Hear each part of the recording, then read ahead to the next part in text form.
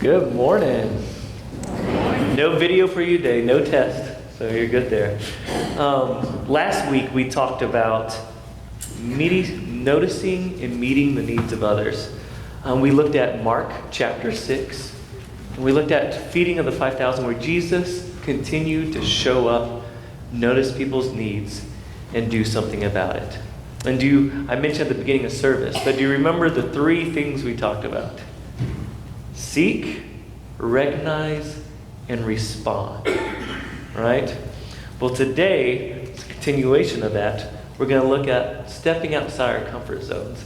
Actually, I have a couple of youth who are going to come up to the mic. I'm going to get out of the pulpit too. I'll come stand next to you. So Micah and Matthew, go ahead and come over here. They're going to share a little bit with you about their mission trip experience. So our first trip we went on this summer is actually something called MYR. MYR was like a leadership retreat. We sent 4 or 5 kids to that. Our second trip was our middle school mission trip that Micah went on. We went to Birmingham, Alabama during the heat of summer, and it was very hot. We got to serve doing a bunch of different things. We served painting houses. We served food kitchen or clothing shelter is one of the things I did. And there's also this place called Sparkle, who's ran by this man who is an ex-Marine. His name was Frank, and he was intense. And he ran this after-school program, but during the summer, it was all day long. So Micah's going to tell you about her experience there, something that happened there. Mission trip this year was amazing. I got to dance and work with kids at a place called Sparkle Learning Center. We helped them learn how to count coins and tell the difference between them. One of the girls, named Peyton, played basketball, but she couldn't play anymore because someone stole her ball. So our group decided to get her a new ball and put Bible verses on it. That following night, the rest of the kids came to the church we were staying at to dance for the rest of Youth Works. Taylor and I were in one of the routines. Afterwards, Peyton came to everyone that was in our group and asked if we would sign it. On Thursday night, we had a foot washing. We did this last year, but this time it was even better. I feel this year we got even closer as friends, the youth group, and I can't wait until next year where I can come and do this all over again. Thank you.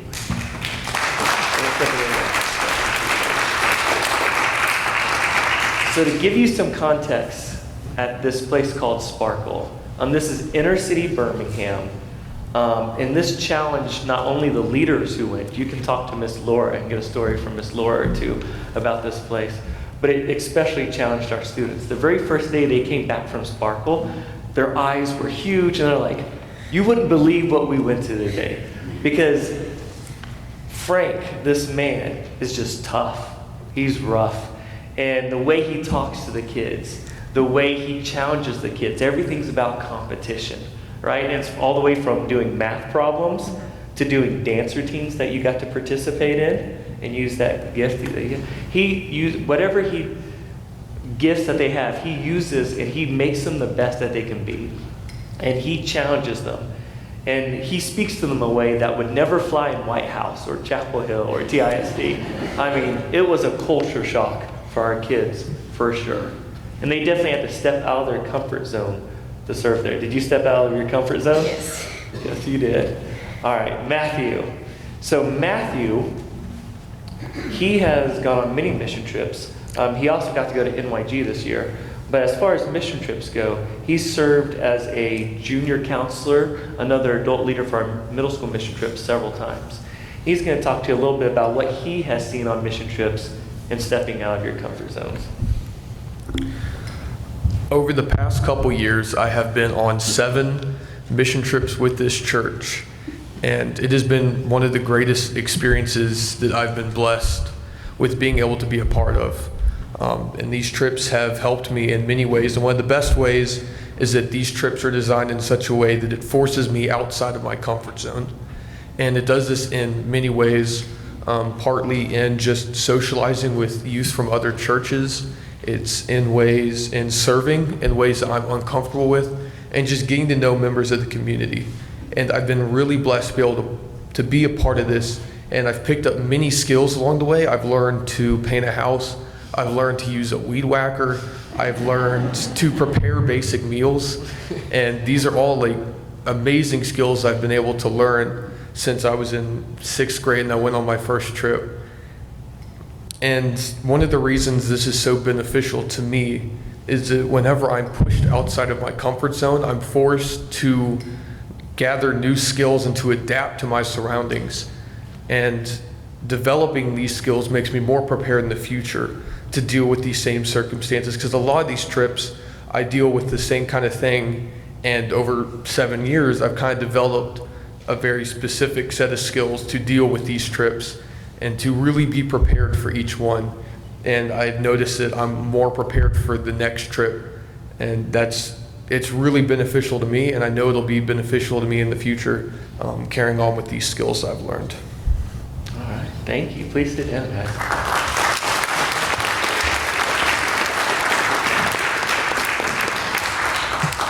We went on also, after our middle school mission trip, we went on our high school NYG trip, which was to Minneapolis, Minnesota. National Youth Gathering, 25,000, yes, 1,000, not 100,000 students gathered together to worship and to do some service projects, but also it's more of a conference, right? And so there's lots of just different topics that our kids could go to and learn different things. And I would even challenge to say that NYG, in a lot of ways, even made them step out of their comfort zones more than, doing some of the physical labor stuff that the middle school mission trip do. Because all of a sudden you start looking at your own heart and start looking at, okay, what am I struggling with? Where are my comfort zones at home? What do I need to get out of the routine of doing? And so that was just an eye-opening experience too. Now last week we kind of talked about the mission trips that we go on each and every day.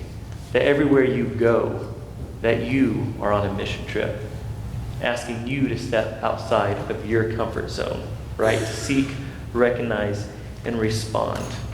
So a lot of times coming off of these mission trips, the one thing that I hear from students all the time was, that was one of the best weeks of my life. That was something special happened there. And it makes sense, right? Because you spend a week not connected with technology. You spend a week connecting with others, focused on serving others, on meeting their needs. It's kind of being exactly what God has called us to be. It just kind of feels right.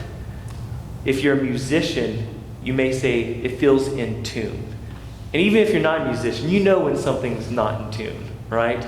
You hear it and you're like, oh, something's going on there.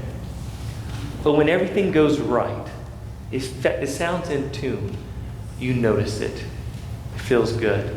Well, the same thing is with these mission trips. Our students, all of a sudden, maybe for one of the first times in their life, they say, that's it. That's what God made me to do. And it's so special.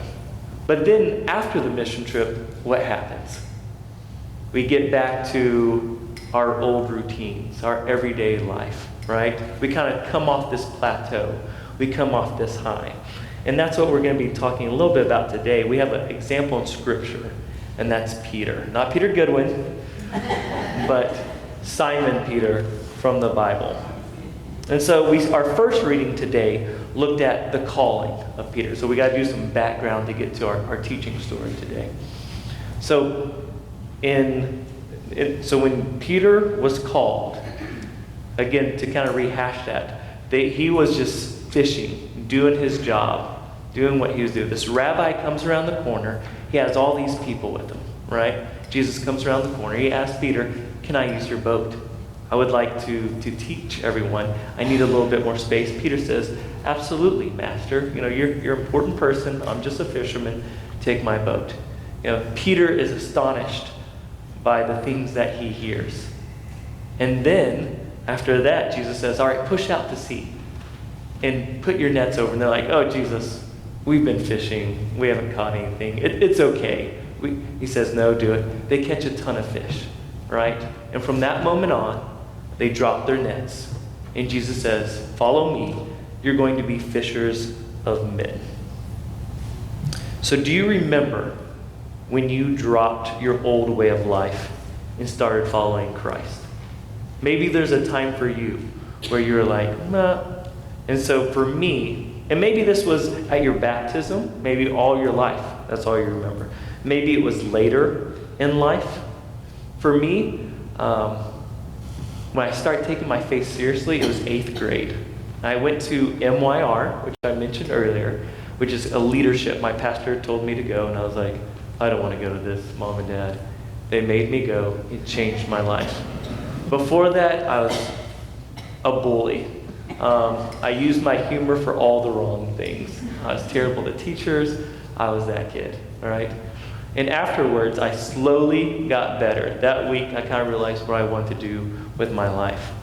And my actions started to change. I started taking my faith seriously. I kind of look back at that week as I dropped my nets and started following Jesus moment. And so, what is yours? Do you remember it? When did you really feel called to make changes in your life? Okay, so back to Peter. So we see Peter, the next 3 years, he starts traveling with Jesus. And he is firsthand seeing everything that Jesus is doing. He witnesses all of the miracles. He sees Jesus raising people from the dead, doing miraculous signs. And in fact, Jesus starts letting Peter do some of these things. He starts sending Peter out on short-term mission trips like we talked about last week. And Peter starts healing people. And Peter starts doing amazing things, right? And we see some of Peter's great highs. I have some of these written down here. In our earlier reading, we see when Peter calls Jesus the Messiah, the Christ, right? He proclaimed that even when that may have gotten him killed at the time. Peter is the one who says, you know what? I want to walk on water. I can do this. All right, just confidence. Peter is the one who at the Last Supper says, even if everyone else may flee, I will never desert you. Peter was a man of great faith. And in Matthew's gospel, Jesus even says this about Peter, I will give you the keys to the kingdom of heaven. Jesus says, Peter, you are my rock that I'm going to build the church on. Right? But Peter, he had some lows too. Peter was not perfect. And I bet a bunch of these you also know. Peter is the one that Jesus said, get behind me, Satan, whenever they tried to arrest Jesus. Or whenever Peter tried to talk Jesus out of the plan to be crucified. Peter is the one who started to sink once he started to doubt, once he walked on water. Peter is the one who claims not to know Jesus 3 times after Jesus is taken prisoner. All right? And so Peter also has some of his lows. And so this almost gets us up to our teaching passage today. So if you have your Bibles, turn open to John 21. So continue the story. Jesus is arrested, dies on the cross, right? 3 days, and the disciples flee. They're scared. They're afraid. Peter denies knowing Jesus 3 times. And then Jesus dies. Easter Sunday comes. He's risen. He starts appearing to disciples. And this is the 3rd time he's appeared to the disciples. So we're at John chapter 21. And I'm going to summarize the first little bit. So to speed us up a little bit. And so it's it's not late at night. It's near the morning hours. It's dark outside, right? And so the disciples are all fishing. Not all disciples, but a handful of disciples are fishing. They're doing what they always used to do, what they were doing 3 years ago, all right? And all of a sudden, this man from the shoreline calls out, cast your nets on the other side. They do so. They catch 153 fish. And they're thinking, wait a second. We've seen this happen before. This story has happened before. This happened 3 years ago whenever we were called. So they realize, that's Jesus. And what does Peter do? Peter's the brave one, the one who does things without thinking. Peter jumps into the water and starts swimming to the shoreline because he knows is Jesus on that shoreline. So the other disciples collect all the fish, get it in the boat, they come to the shoreline, and there they are having breakfast with the risen Jesus as sunrise is coming up, eating fish. So that's where we pick up the 15th verse. It reads this. When they had finished eating, Jesus said to Simon Peter, "Simon, son of John, do you love me more than these?" Do you love me more than these? What is Jesus talking about? What are the these? Are the these the fish? Do you love me more than these fish? Well, that's an easy answer. Yes, Jesus, of course. Is it the hanging out with Jesus at sunset or sunrise, eating breakfast? What are the these? Do you love me more than these? And what Jesus is asking and getting to the point of is, do you love me more than your old way of life? Right? Do you love me more than what you're doing 3 years ago?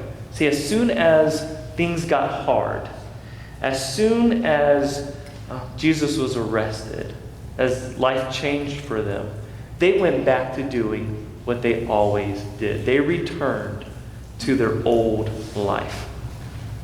See, Peter, we think some awesome things about Peter, but Peter was sinful, right?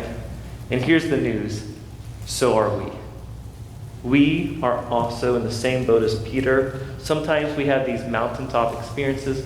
Sometimes we do these awesome things, but ultimately we fell, right? And a lot of times we look and we say, man, could Jesus ask this question of us every single day? Do you love me more than these? More than your old way of life? But Jesus doesn't leave Simon Peter there. He continues. So we continue with the second half of the 15th verse. Do you love me more than these? Yes, Lord, he said. You know that I love you, Jesus said. Jesus said, feed my lambs. Again, Jesus said, Simon, son of John, do you truly love me? He answered, yes, Lord. You know that I love you. Jesus said, take care of my sheep. The third time, he said to him, Simon, son of John, do you love me? Peter was hurt because Jesus asked him the third time, do you love me? He said, Lord, you know all things. You know that I love you. Jesus said, feed my sheep. He goes on at the very end to say, follow me, follow me. So we get stuck in this old way of life. Jesus calls us to go out on these short mission trips, right? But instead, we get more focused on ourselves. We get more focused on sticking to our schedule of not having to talk to that person we don't want to, or having to carry a conversation on, of giving people time, right? We don't want to become uncomfortable. And Peter was in the same boat, but Jesus said no. The chapter heading is called The Reinstatement of Peter. And Jesus does the same thing with us. He reinstates us. He loves us. He tells Peter, he reassures him 3 times, I forgive you. I love you. Now go and serve and love. And my friends, he says the exact same thing to us each and every day when we fail to seek, to recognize, and respond. Jesus tells us over and over and over again, every single day, I know you're a sinner. That's why I seeked you. That's why I recognized your sin. And that's why I responded with Jesus Christ on the cross.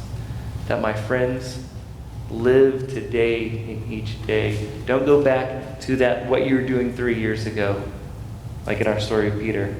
Live today a new life following Jesus as a disciple of Christ.